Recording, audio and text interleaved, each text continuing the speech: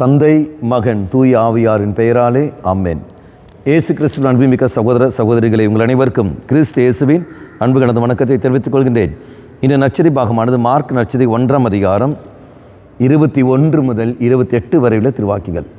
குறிப்பாக 24வது வாக்கியம், 23ஆம் வாக்கியம். அப்போது அவர்களுடைய தொழுகை கூடத்தில் தீய ஆவி பிடித்திருந்த ஒருவர் இருந்தார்.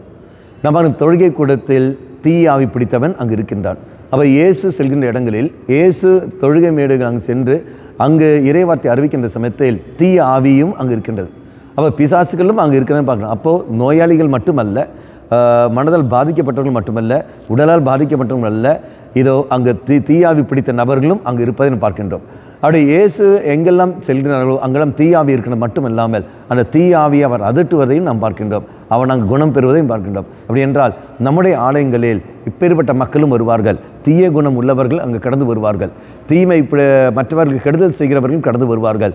பிரச்சனையை உண்டு செய்கிறவர்கள் கடந்து வருவார்கள். நோயாளிகள் மட்டுமல்ல, நல்லவர்கள் மட்டுமல்ல, இப்படி தீய குணம் உள்ளவர்களும் வருவார்கள். அப்படி வருகிற சமயத்தில் தெய்வம் அவர்களை விலை துரத்துவதல்ல, மாறாக என்ன செய்கிறாங்க, அங்கு இறைவார்த்தை அறிவிக்கின்றார். வார்த்தை வழியாக அந்த பிசாசை தெய்வம் விலை துரத்துகிறார். அதே மாதிரி தான் எப்பேற்பட்ட மனிதர்கள் ஆலயத்தில் வருகிற போதிலும் இறைவார்த்தையை கேட்கிற சமயத்தில் அங்கு தீமைகள் நீங்கி போகும், நோய்கள் நீங்கி போகும், தடைகள் நீங்கி போகும். அப்போ நீ நானும் அறிய வேண்டிய ஒரு சத்தியம் ஒன்றே ஒன்றுதான்.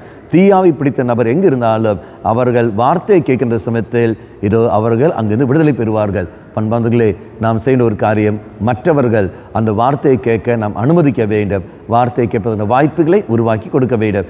தீயாவி பிடித்த இருந்தவன் அவன் ஆலயத்துக்கு நாம் கொண்டு வர சமயத்தில் இயேசுவின் வார்த்தை அவனுக்கு விடுதலை தரும்.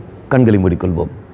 ஆண்டவரே, நாங்கள் செல்கின்ற இடங்களிலெல்லாம் தீய ஆவி பிடித்தவர்கள், தீய குணம் உள்ளவர்கள், தீய பழக்கத்துக்கு அடிமையானவர்கள், இது அவர்களும் அங்கே இருக்கின்றார்கள். உம்முடைய வார்த்தையை நாங்கள் அறிவிக்கின்ற பொழுது அங்கு அவர்கள் குணம் பெறட்டும், சௌக்கியம் பெறட்டும், அவர்கள் விடுதலை பெறட்டும். அதற்கான கிருபையை எங்களுக்கு தந்தருளும்.